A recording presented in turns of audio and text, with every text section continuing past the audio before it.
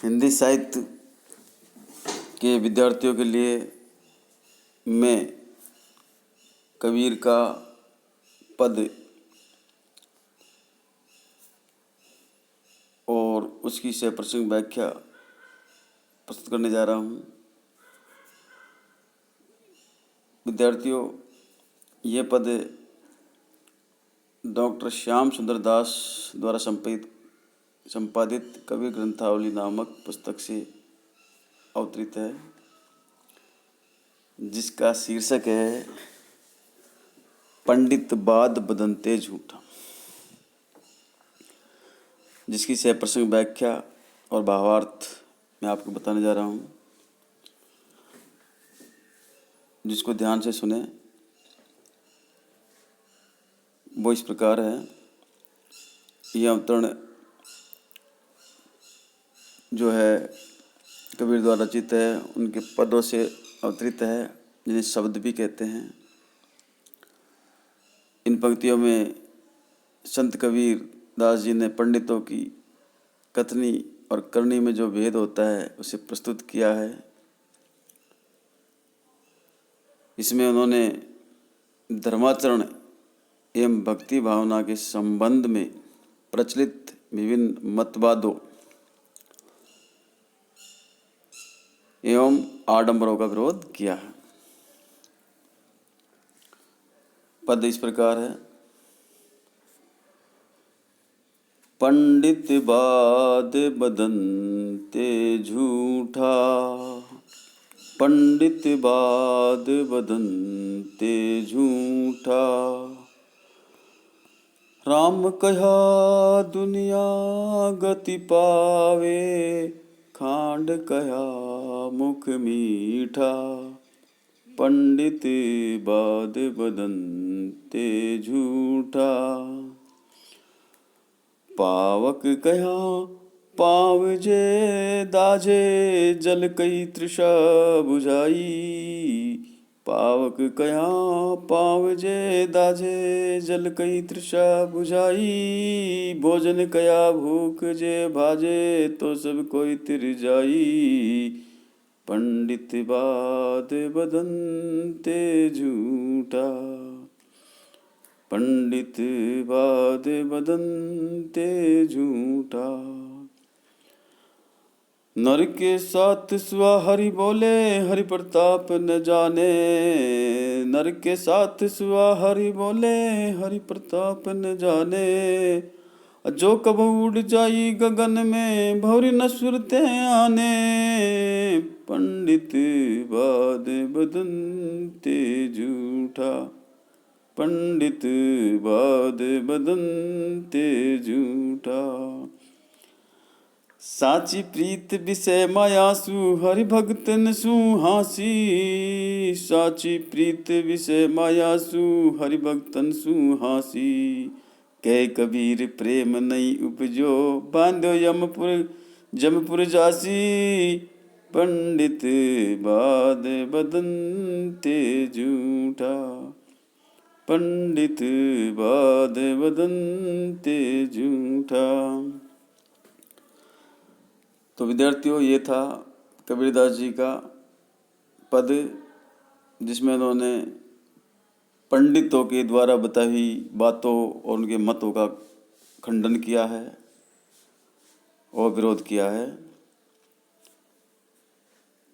इसमें कबीरदास जी कहते हैं कि पंडितों के द्वारा जितने भी मतवाद चलाए गए हैं वे सब असत्य हैं, झूठे हैं। बाद यानी मत, बदनते यानी जो उन्होंने कहे हैं, बताए हैं।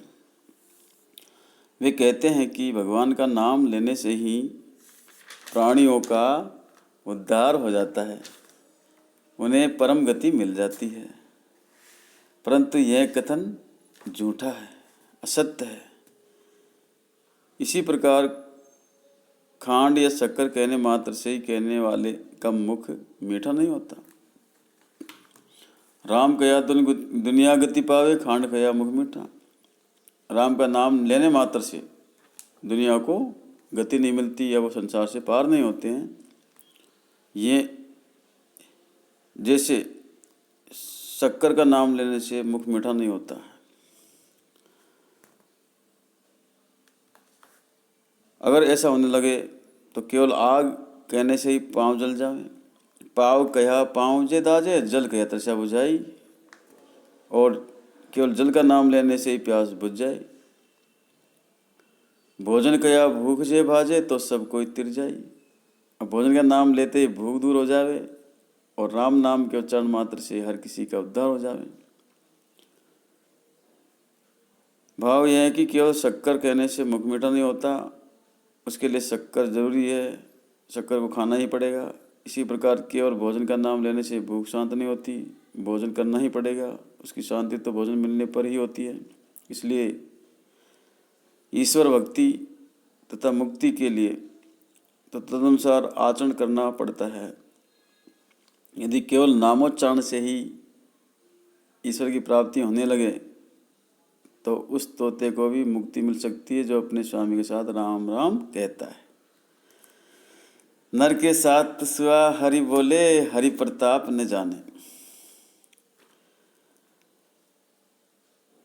यदि नाम के लेने मात्र से ईश्वर की प्राप्ति हो जाए तो उस तोते को भी सोयानी तोता मुक्ति मिल सकती है जो अपने स्वामी के साथ राम राम कहता है। परंतु वह ईश्वर का प्रताप नहीं जानता, उसकी महिमा को नहीं जानता। वह तो महाज्ञानी है, मूढ़ है। इसलिए वह जब कभी अपने स्वामी से अलग होकर या उड़कर जंगल में जाता है, जो कभी उड़ जाए जंगल में भौरी न सुरती लाने,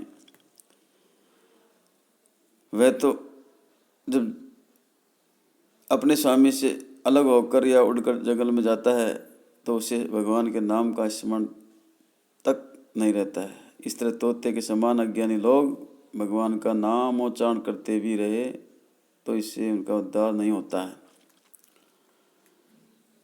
साची प्रीत विषय मयासु हरि भक्तिन सु हासी, कह कवि प्रेम नहीं पुजो बांध्यो जमपुर जासी। परमात्म तत्व या का साक्षात्कार तो आत्मचिंतन या पवित्राचरण एवं सायुज भक्ति से ही हो सकता है। कबीरदास जी आगे कहते हैं कि भगवत भक्ति यानी ईश्वर भक्ति का कोरा दिखावा करने वाले लोग अज्ञानी एवं पाखंडी होते हैं। ऐसे लोग विषय वासना और माया मोह से सच्ची प्रीति या आसक्ति रखते हैं। साची प्रीति विषय माया सु।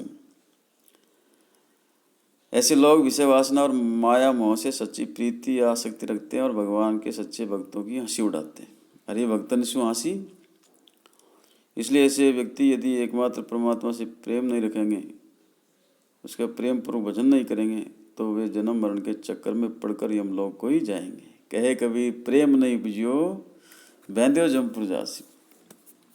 यदि एकमात्र परमात्मा से प्रेम नहीं रखेंगे, उनके प्रति सच्ची भक्ति नहीं करेंगे, उसका प्रेम पूर्वक भजन नहीं करेंगे, तो वे जन्म मरण के चक्कर में पड़कर यमलोक को ही जाएंगे। जमपुर यानी यमलोक, अर्थात यमराज के दूत उसे बांध कर यमपुरी ले जाएंगे। उसे मुक्ति नहीं मिलेगी, अपितु आवागमन के कष्ट भोगने पड़ेंगे। अतएव मिथ्या मतवाद एवं आडंबरों से दूर रहकर पवित्र मन से ईश्वर भक्ति करनी चाहिए। तो यहाँ पर ईश्वर की सच्चे मन से, प्रेम से और पूर्ण श्रद्धा और निष्ठा के साथ भक्ति करने की बात इसमें बताई गई है। दिखावा, पाखंड और झूठ का विरोध किया गया है। धर्म के ठेकेदार बनने वाले पंडितों प्रति का प्रहार किया गया है और परमात्मा की भक्ति के लिए ज्ञानवान बनकर पवित्र आचरण का उपदेश दिया गया है। इसमें कबीर का अक्खड़, ओजस्वी एवं स्पष्टवादी स्वर व्यक्त हुआ है। कबीर ने धर्म के ठेकेदारों पर अपनी तीखी प्रतिक्रिया व्यक्त की है। ईश्वर की प्राप्ति अंतःकरण की निर्मलता, पवित्रता, शुद्धता, श्रद्धा, भक्ति एवं प्रेम से ही संभव है, पाखंडों से संभव नहीं। कबीर का अक्खड़पन, बेलाग, अव्यक्ति एवं सपाट बयान स्पष्ट हुई है।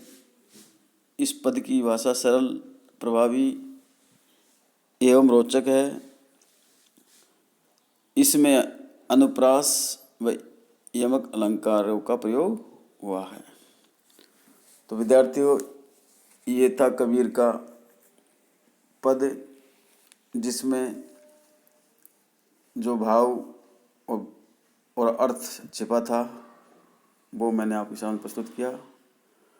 मैं हनुमान प्रसाद मीना, सहगाचार्य हिंदी, राज के स्नातकोत्तर महाविद्यालय बयाना। इस वीडियो में इतना ही। शेष पदों के लिए देखते रहिए मेरे अगले वीडियो। धन्यवाद।